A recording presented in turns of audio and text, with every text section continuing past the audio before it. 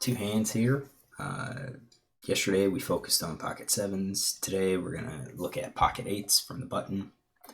So I have pocket eights. This is a 10 NL game, a full ring, but we're only six-handed. So folds to me on the button. I raise the three big blinds, and I get called by an unknown. So he calls. He didn't three bet.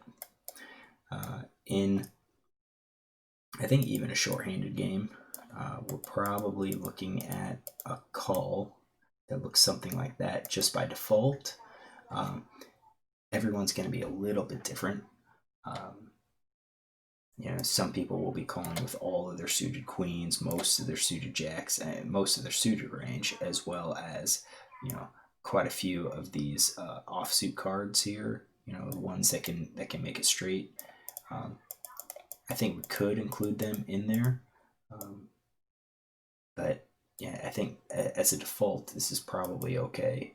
I do like to include Jack 10 and 9-10 offsuits here because I do think players tend to keep those in their range a little bit more. So pocket eights against this range is 61%, not too bad. We have position on the player, and since he didn't three bet, we can figure that we'll be ahead of their range. Flop is pretty good for us, six high.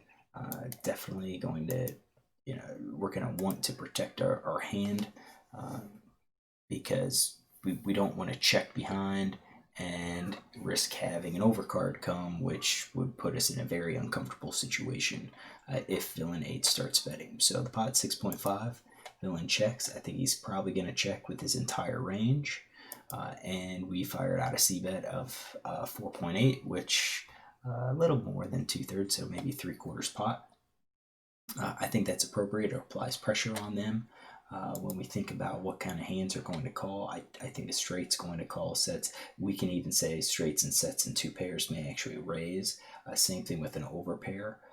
They may raise the flop, they may raise the turn. So we'll leave them in.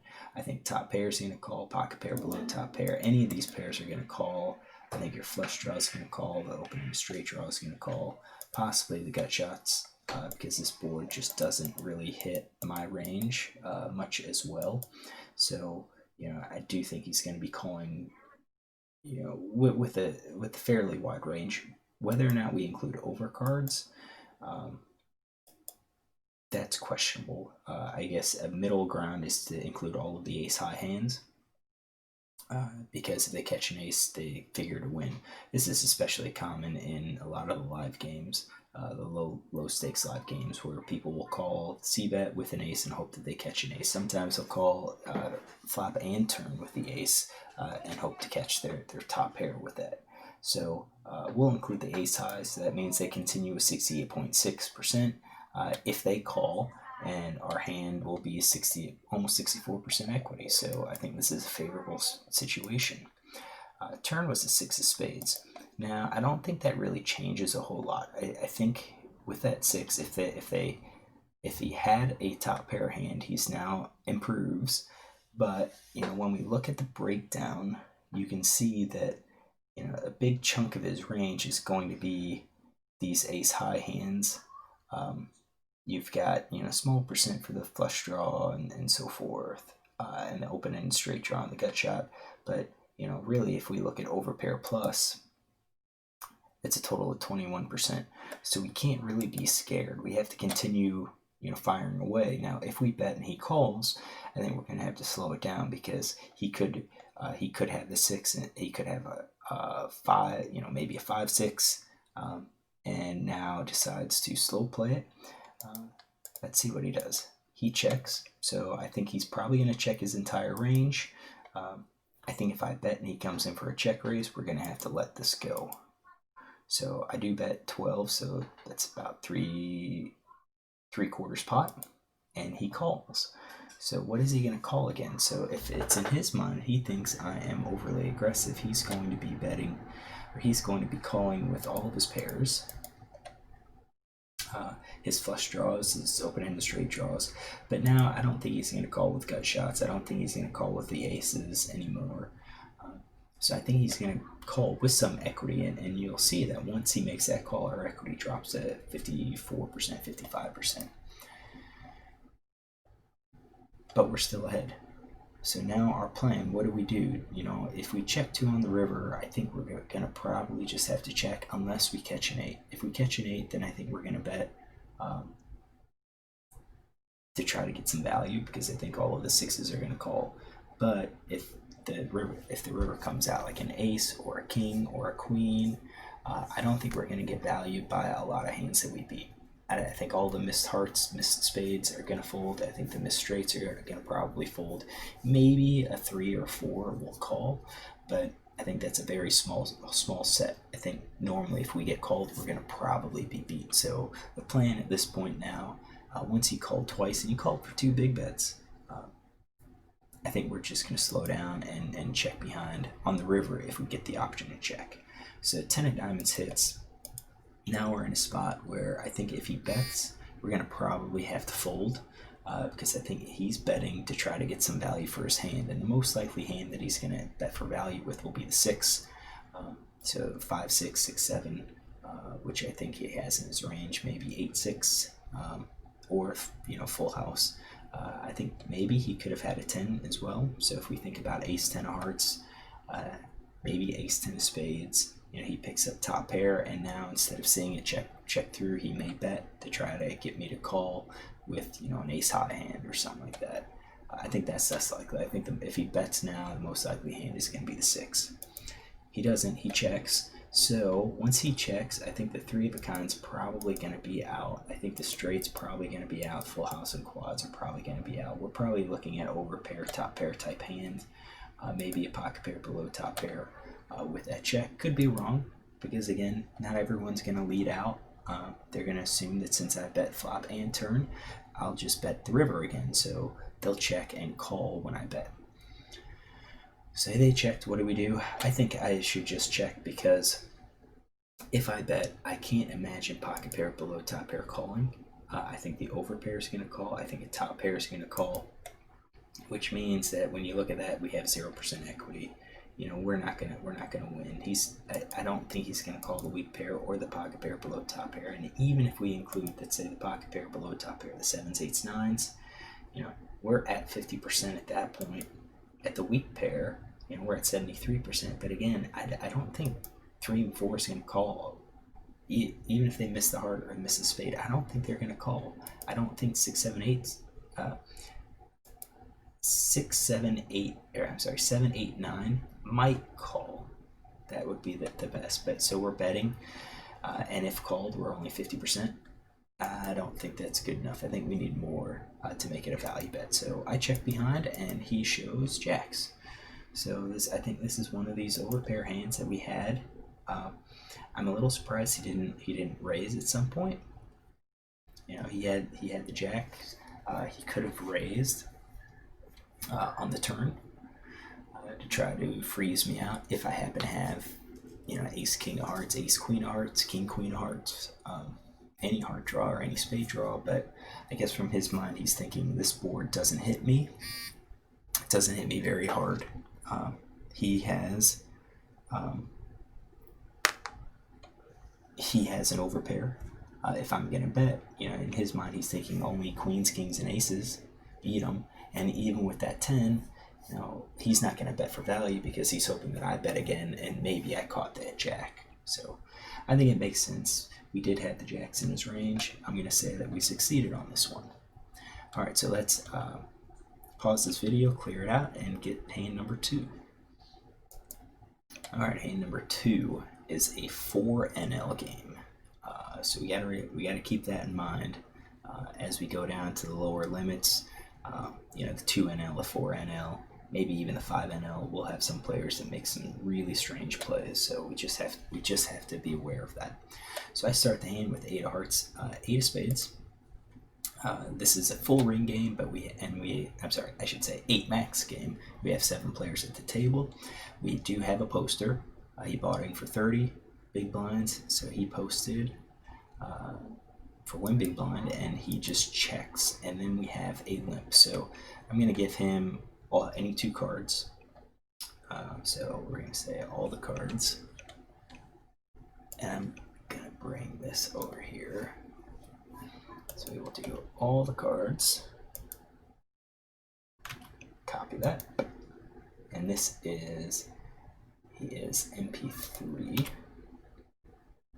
Alright, we are the button with 8 of hearts and 8 of spades. Alright, and then villain 6 limps. I only have 6 hands on him. It could be all the cards, but probably not. He does raise. And I have him playing 83%, so 5 out of 6 hands. Pre-flop raise 17%. We are going to give him a really wide range.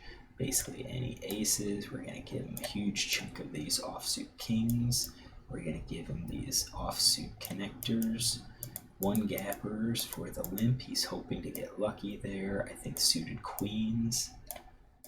I think our suiteds, connectors, and gappers are going to be played. You know, something very wide. I mean, he's playing a lot of hands, so we're going to give him that range. Oops, not quite done. He didn't raise. We're going to give him, and he's in position, so we're going to say something like this. We'll do all ace jack and ace king. So I think he would raise those. So that's a cutoff. And what did we do? I limped. I think this is a huge mistake. We've got 2 limpers there. Well, we have 1 limper. We have a poster. They're obviously weak. We have a pretty decent hand with 8s. We don't want to take this hand multi-way, really, when we could raise and probably get heads up. Maybe even 2 players, but we'll be in position and we'll probably pick it up with a c-bet. I mean, if they're limping, they're going to have such a wide range in their hand that they're going to have to overfold at some point. So while I like taking some of these small and middle pocket pairs multi-way in the hopes of spiking trips and taking somebody's stack, I don't think this is the situation. I do think we should have been aggressive. We should have raised here, and we probably should have raised maybe 6 to 8 big blinds, just to apply pressure on people. And again, if everyone folds, oh well, that's 3.5 big blinds that we just picked up without having to hit a flop or without having to bluff. So I do think we should have raised. Small blind calls, big blind calls. So what we are going to do is, I think this is, we're going to say the random. That's our big blind. Actually, no. We're going to modify it. So we're going to do all. He didn't raise. So we're going to take those cards out. Big blind. And then our small blind, he also didn't raise. Let's get those out. We'll keep a tight raising range. And then let's, small blind didn't raise. Small blind called for the limps. And we'll do some range like that. Again, fairly wide. And you can see that individually against any of the ranges, pocket 8s is going to do okay. I mean, it's going to be over 50%, but when we take this 5-way, we're at 20%. Actually, the random is better because you have the possibility of having, you know, your aces and so forth, and we can modify it. So maybe that's not right. Maybe we should, since the limper didn't raise, so maybe we can modify it and say, okay, he had any 2 cards minus a pre-flop raising range. So we could say player like this might raise these hands. We'll say that. I think this might get us a little bit better. So let's take the random out and put that in there. So now you're going to see 8s are still ahead, but I mean, we could have been over 50% if we went heads up, and instead we're at 30%. So it's going to be hard for us. All right, so we have Queen 8-2, Queen of Hearts, 8 of clubs, 2 of clubs. So we hit trips, which is good. All right, and now first 3 people check. So what do we make out of this? This is going to be player dependent. In a multi-way pot, I do think some people have a tendency to bet any pair that they have, especially out of the blinds. They just want to see where people stand. But then you also have the other subset that looks at it and says, okay, I have top pair. I'm going to check and see if someone else bets this for me. I'm going to take that line that these players are going to check and see what happens to everyone, see what everyone else does. So let's highlight this and get this range back in here. So it's folded around to the cutoff who bets.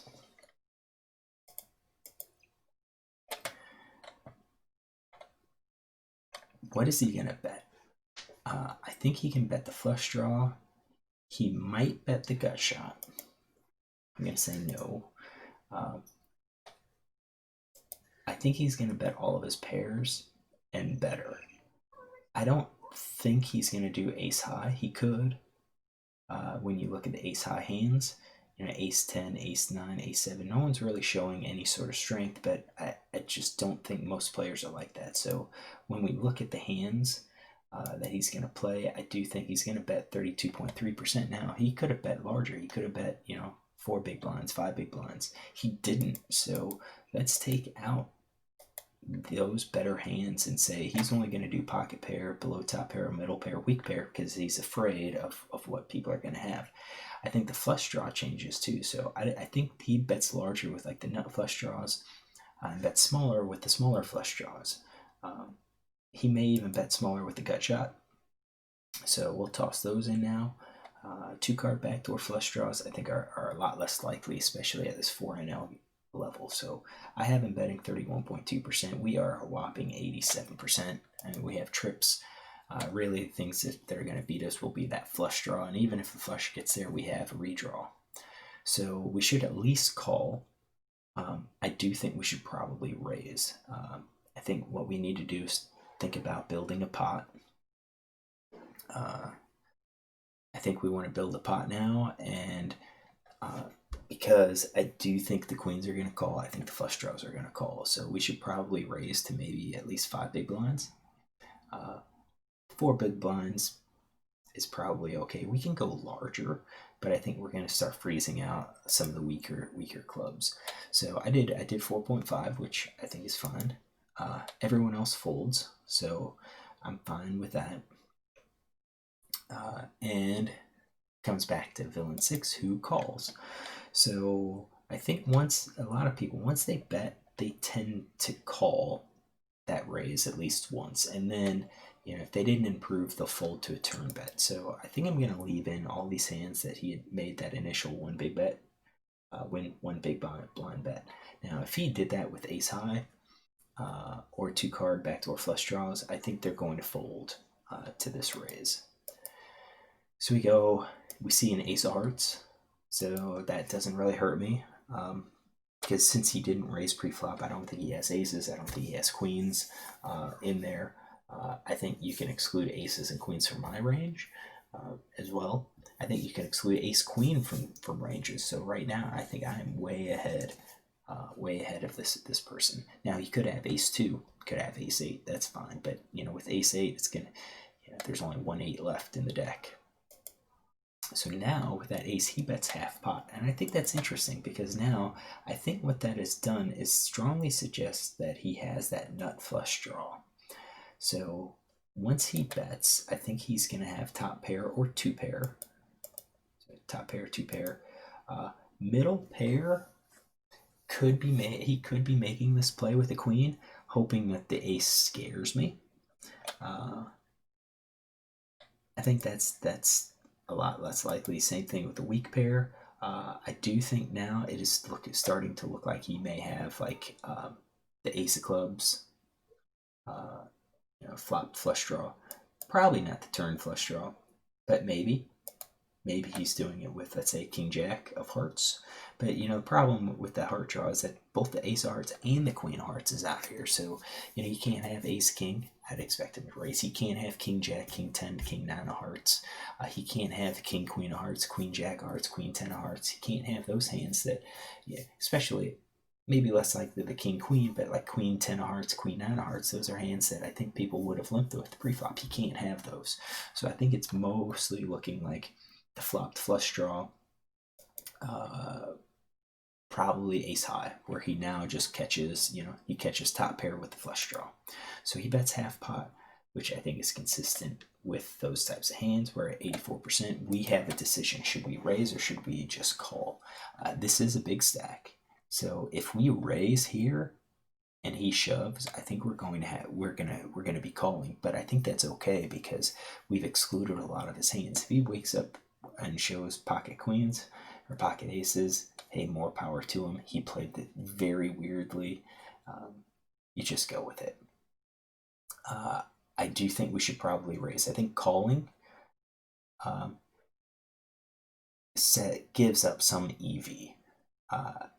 And the reason I say it gives up some EV is that if he does have that, let's say, ace 9 of clubs, he's going to call another bet.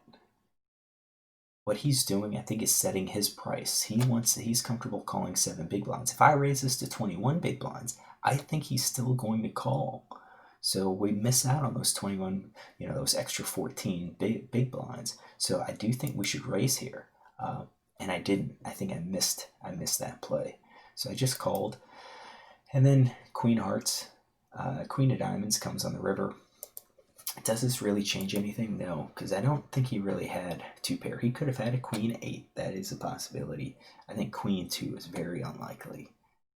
And when we talk about Queen 2 is very unlikely, I think Queen 8 is very unlikely. There's 1 8 left in the deck, and now there's only 2 queens. So you're dealing with 2 combinations of Queen 8. You're dealing with 6 combinations of Queen 2. I think this doesn't change the hands. And now we can think about, okay, would he call any raise that I make? So now he bets the pot, and that's interesting because what is he going to bet the pot with? I think that kind of changes. I had ace of clubs, the nut flush draw with the ace, so top pair with a nut flush draw. Now with this bet, I think he could still do that, but I think that bet is a little bit off. It's bold to do it once that queen hit because I could have easily had a queen. I could have easily had king queen, maybe queen jack, queen 10. So it's kind of, I think it's between this top pair that missed this flush draw or one of the queens. If we raise, what does he call? So if we raise, I think he only calls with the queen. So we've got 49%. He only calls with 3 of a kind, which is 14%. And I think I'm fine with this. I think we should raise. How much should we raise? He bets pot. We should probably raise maybe to 75.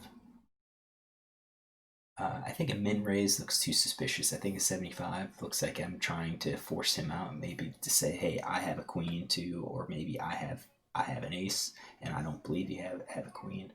I think if anything, if I raise, it's going to look like a queen. Queens are going to call, and I think if I shove, I think the only queens that call, so when we look at the queens, will be that queen jack, maybe the queen 10. I don't think queen 9, queen 7, or below are going to call. I think we'll get more folds if I just jam here. So what do? I just called. Again, I think we could have raised. I think we could get more value from this. And what does he show? He shows ace 2. So he had, 2 pair hand. Do I have ace 2 in his range? Well, I had top pair. So I do have ace 2 offsuit. I would have expected him to be betting with clubs.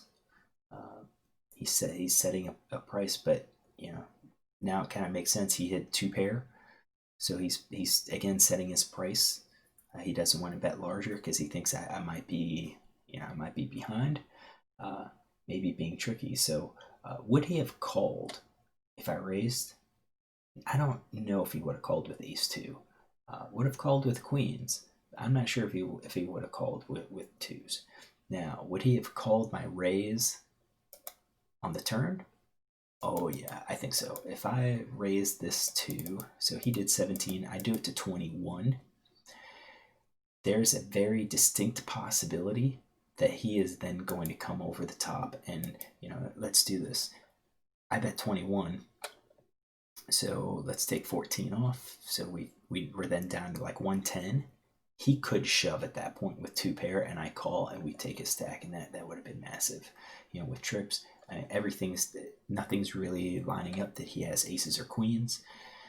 I think the raise would have been easy. So I do think we missed the raise on the turn, and I think we probably missed the raise on the river. I think it's a good likelihood that he probably had the queen, and he would have called the queen. He would have called a raise with the queen. All right, so those are two hands. Hope you enjoyed them. Look tomorrow for a few more.